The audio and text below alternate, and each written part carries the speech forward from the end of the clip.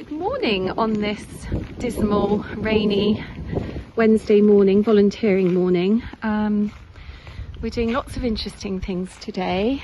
We're taking cuttings from the Salvia amistad, which is the purple spires over there, and we're keeping them in the sweet pea bed to keep them warm and safe until they take, hopefully.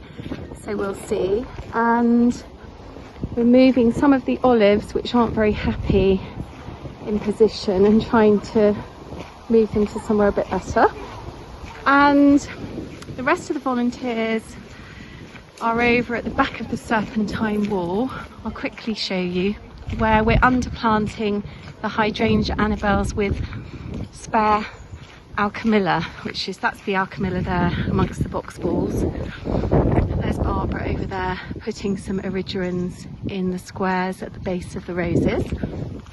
So if we walk up here, you'll see them all busying away, working hard, putting all these alchemillas in.